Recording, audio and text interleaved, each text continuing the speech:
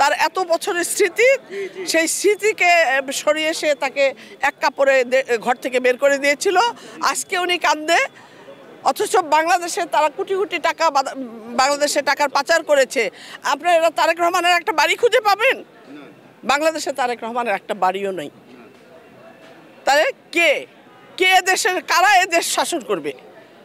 কারা এদেশের নেতা হবে? এদেশের নেতা যদি হতে হয় তাহলে সৎ, আদর্শবান এবং গণতন্ত্র মা এবং গণতন্ত্র যে রক্ষা করতে পারবে, যে আপোষহীন হতে পারবে, যে জীবনকে বাজি রাখতে পারবে, সেই এদেশের নেতা হবে। এবং সেই নেতাই জাতীয়তাবাদী দল, তারেক রহমান, ভারপ্রাপ্ত তারেক রহমান এবং খালেদা জিয়া।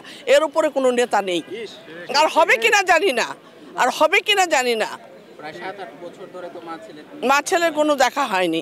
এটাও তো একটা নিষ্ঠুরতা, তো আল্লাহ দেখেন আল্লাহর তরফ থেকে আজকে কি করেছে। এটা আল্লাহর তরফ থেকে হয়েছে। এগুলো কেমনি হয়েছে? সব কিছু আল্লাহ তাআলা করেছে।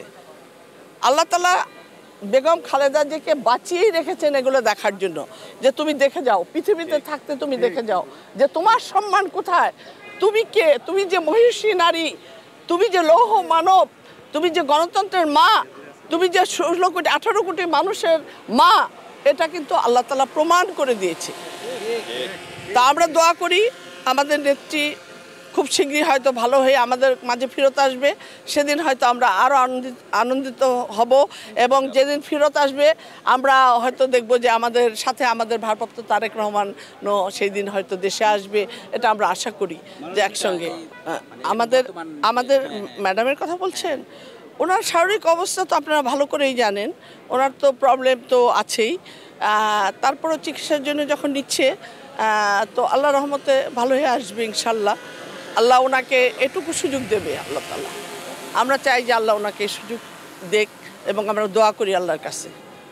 আমরা সবাই দোয়া করব, বাংলাদেশের প্রতিটা মানুষ ওনার জন্য দোয়া করবে। এখানে হিন্দু, মুসলিম, বৌদ্ধ, খ্রিস্টান সমস্ত লোক তার জন্য দোয়া করবে।